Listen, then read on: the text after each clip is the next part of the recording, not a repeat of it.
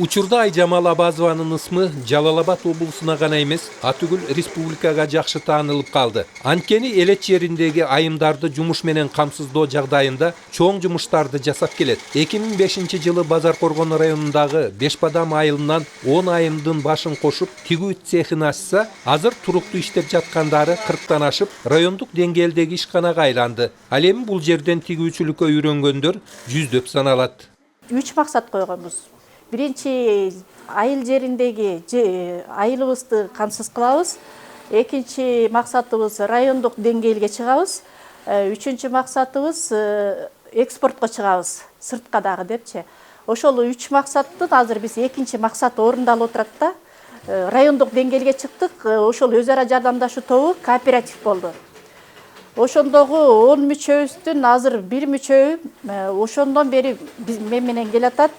Калгандары баягы өздөрүнүн шартына жараша өз алдынча иштеп кетишти.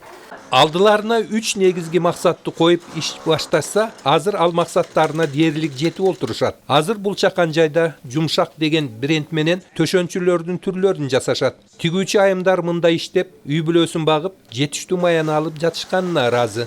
Абазова Айжамал менен көп жылдан бери ушу чеберчиликте эметип иштейт.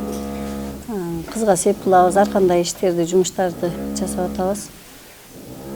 Мурун кол машина менен тикчибиз. Анан эми азыр ушинтип машиналар келип калды.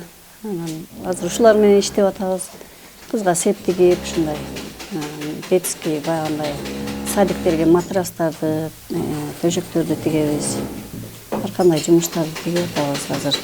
Кыргыз калкы курак буюмдарга жакын келет эмеспи? Андыктан мындагы чебер айымдар курак төшөнчүлөрдү жасаганга басым кылышат. Заман агымына жараша курактын да улам жаңы түрлөрү чыгып жатат. Көркөм буюмдарды жасап алган соң, аны сатуу боюнча кыйналып келишсе, азыр өздөрү дүкөн ачып алышты. Жумшак деген бренд аты менен чыгып атабыз да. Биз базардан айырмачылыгыбыз ушу сапатка басым жасап чыгарып атабыз. Биздин кардарлар сапаттуу буюм издеп келген кардарлар да. Ошого ал жактан 20-жыл ачылган болсок, 3 жыл ошол цехте отуруп тигип атып, биз жакшы сатууну эме кыла албадык, сата албадык да.